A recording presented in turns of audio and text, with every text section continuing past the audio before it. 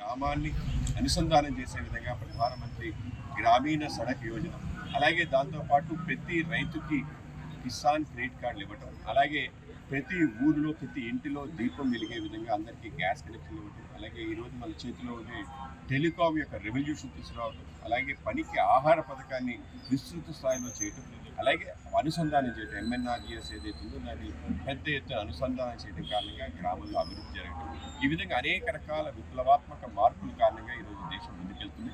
ఆయన యొక్క ఆలోచన పదాన్ని ముందుకు తీసుకెళ్తున్నారు ప్రస్తుత ప్రధాని నరేంద్ర మోడీ గారు. 11 వసంతాల నరేంద్ర మోడీ గారి పరిపాలనలో అనేక అద్భుతాల ఆవిష్కరణలు జరిగాయి. భారతదేశం ప్రపంచ స్థాయి దేశంగా ఎదగటం, రాబో కాలంలో వికసిత భారతం ఒక అభివృద్ధి చెందిన భారతంగా మారాలి అని 2047 ఆ 47 కల్లా అందరిలో ఈ యొక్క భావన, అందరం కలిసి దేశాభివృద్ధిలో పాటుపడాలి అనే ఒక భావన కూడా కలిగించడానికి యాత్ర ఉపయోగపడాలి అని చెప్పి ఆలోచనతో రేపు ధర్మవరం నుంచి ప్రారంభమవుతుంది.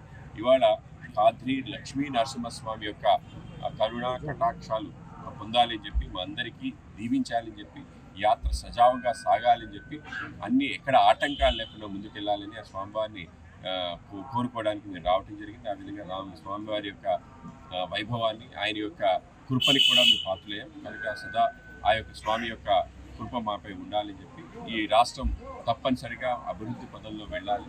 అటల్ మోడీ యొక్క ఏదైతే నేతృత్వం ఉందో దేశానికి కావాలి, ఆ విధంగా రాష్ట్రానికి కూడా కావాలనే ఆలోచనతో ఈ కార్యక్రమం చేస్తుంది. ఆ విధంగా అందరూ కూడా ఈ కార్యక్రమాన్ని సహకరించాలని చెప్పి భగవంతుడు. చరిత్ర సృష్టించినోడు ఇప్పుడు ఆ చరిత్రని తిరగరాయబోతున్నాడు. అబద్ధాల గోడల్ని బద్దలు కొట్టి నిజాలను రాగా మీ ముందుంచబోతున్నాడు. నిజమైన వార్తల కోసం వెంటనే డౌన్లోడ్ చేసుకోండి రా యాప్ని.